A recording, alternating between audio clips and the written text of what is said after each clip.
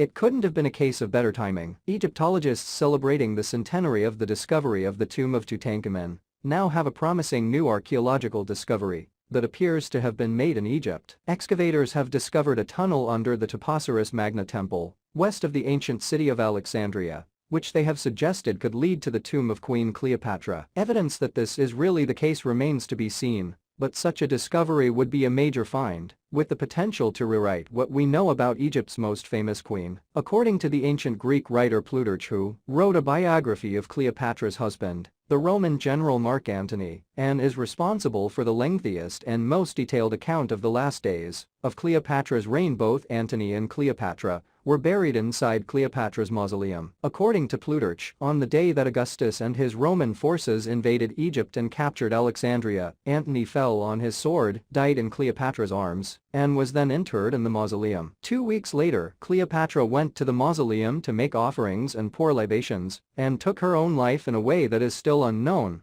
A popular misconception is that she was bitten by an asp. She too was then interred in the mausoleum. In the days that followed, Antony's son Marcus Antonius Antulus and Cleopatra's son Ptolemy XV Caesar, also known as Caesarion, Little Caesar, were both murdered by Roman forces, and the two young men may likewise have been interred there. If the mausoleum of Cleopatra has not already vanished beneath the waves of the Mediterranean, along with most of the Hellenistic city of Alexandria, and is one day found, it would be an almost unprecedented archaeological discovery. While the tombs of many famous historical rulers are still standing, the mausoleum of Augustus, Antony, and Cleopatra's mortal enemy in Rome is one example. Their contents have often been looted and lost centuries ago. One notable exception is the tomb of Philip II of Macedon, the father of Alexander the Great, uncovered at Vergina in the late 1970s. The tomb was found intact, and this has enabled decades of scientific investigation into its contents, advancing our knowledge of members of the Macedonian royal family and their court. The same would be true if Cleopatra's tomb were discovered and found to be intact. The amount of new information Egyptologists, classicists, ancient historians, and archaeologists could glean from its contents would be immense. For the most part, our knowledge of Cleopatra and her reign comes from ancient Greek and Roman literary sources, written after her death and inherently hostile to the Egyptian queen. We do not have much evidence revealing the Egyptian perspective on Cleopatra,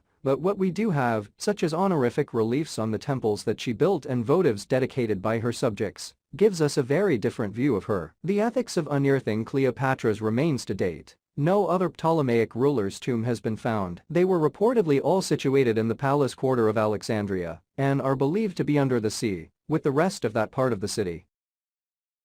The architecture and material contents of the tomb alone would keep historians busy for decades and provide unprecedented amounts of information about the Ptolemaic royal cult and the fusion of Macedonian and Egyptian culture. But if Cleopatra's remains were there too, they could tell us a great deal more, including the cause of her death, her physical appearance, and even answer the thorny question of her race. But should we be hoping to find Cleopatra's remains and to analyze them? From Tutankhamun to the ordinary ancient Egyptians whose mummies have been excavated over the centuries, there has been a long history of mismanagement and mistreatment. While the days when mummies were unwrapped as a form of entertainment at Victorian dinner parties have thankfully passed, concerns are increasingly being raised by those who work in heritage about the appropriate treatment of our ancestors. While the discovery of Cleopatra's tomb would be priceless for Egyptologists and other scholars, is it fair to deny the queen the opportunity for peace and privacy in death that she did not receive in life?